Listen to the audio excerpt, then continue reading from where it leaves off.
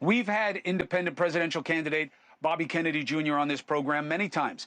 And no, it's not because I am supporting his candidacy. That's not my place. It's because he deserves a voice. We have asked the former president on directly and through intermediaries many times. The invitation stands. Mr. Trump doesn't want to take it.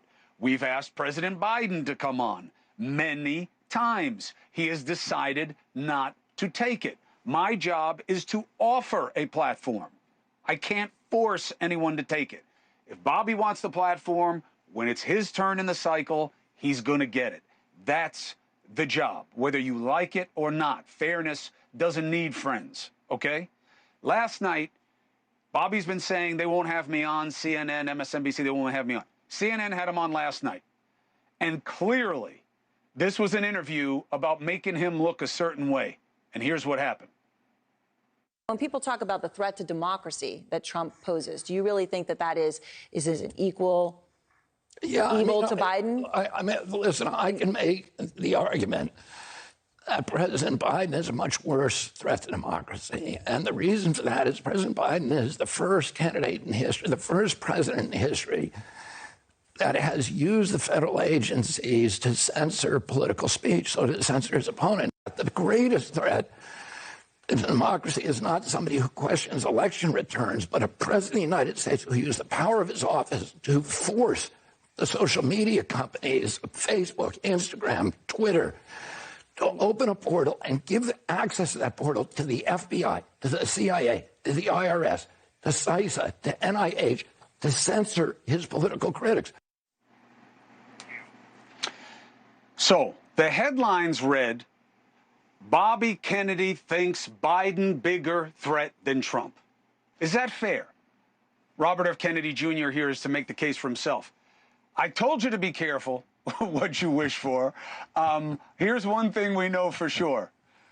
The Biden administration is not giving you security today, not after that interview. Do you want people to believe that you think that President Biden has done more objectionable things vis-a-vis our democracy than former President Trump did in the aftermath of the last election? No, as you heard, Chris, what I said was that I can make this argument, and I didn't say definitively whether I believed one or the other was more dangerous than democracy. I did say that I don't believe either of them are going to destroy democracy. Both sides are telling us the other guy is the end of the republic. But, you know, they're both lame duck presidents. They're going to be in there 4 years. Their political opponents are going to be announced 2 years later. There'll be a new Congress in 2 years later. And we have strong institutions in our country. We have judiciary, we have the press to some extent, we've got Congress, and you have the military. You've got a lot of institutions that are bulwarks against a tyrant coming in and taking over democracy. So I don't think that's going to happen.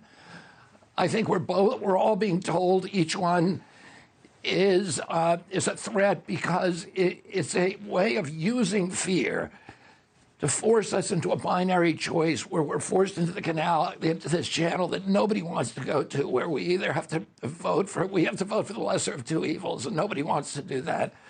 But it keeps them from, it keeps a lot of the public from considering people like me that I have a much higher popularity rating than either of these candidates. So more people would rather see me in office presumably than either of them. But they are not going to vote for me because the media and this whole sort of cartel from both sides is telling them, oh, you have to choose between these two guys. The other guy is so scary. Now, the point I made last night, and the way I'm very grateful, by the way, to Erin Burnett. As you know, CNN has not let me on for a live interview in a decade, and she did that. She was very, very courageous. She gave me a very fair interview. I was really dumbfounded about how fair it was. She pushed back on me a lot, and she doesn't agree with me, obviously, on stuff, but she actually let me speak, which I'm grateful for. When CNN Digital got it, they cut my quote, so it looked like I was making this definitive statement that Biden was more of a threat to democracy than Trump. And of course, I never said that, but that's a way of making me look crazy to liberals. Here's the point I didn't make, and I think it's a really important point, is that you have one president who allegedly hasn't been convicted, but allegedly was trying to overthrow an election illegally, which of course is horrible for democracy. You had another president who actually has censored speech, and there's courts that have found that he censored speech and have enjoined him from doing it again.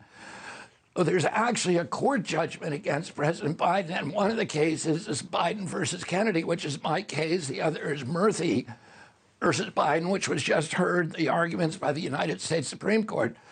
What those cases show is that 37 hours after he took the oath of office, high White House officials were meeting with the social media companies, with YouTube, Facebook, Google, Instagram, and Twitter, and ordering them to censor President Biden's political opponents.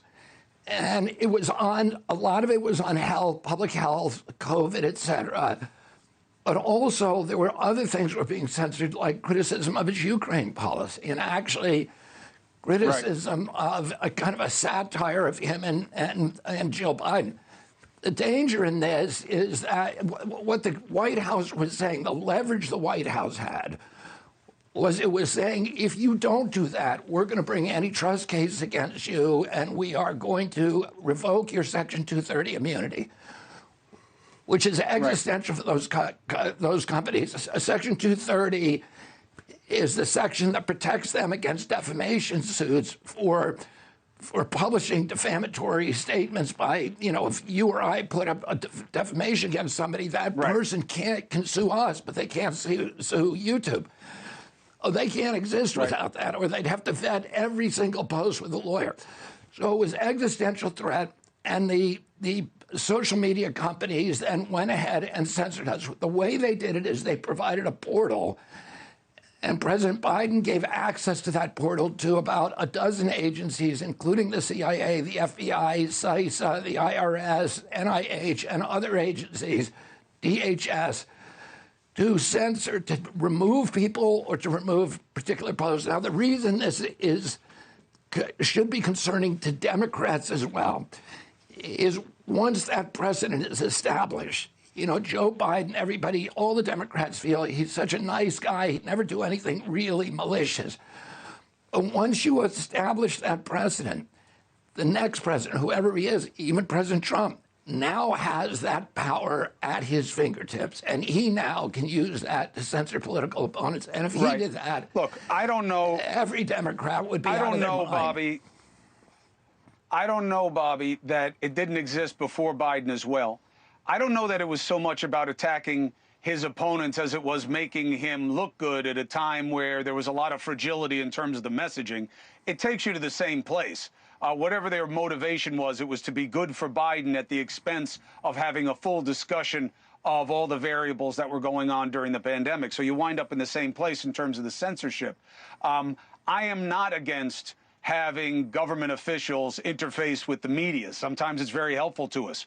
Sometimes they give us a lot of good guidance on things that we don't understand in terms of what they mean in or out of context, but obviously there can be overreach.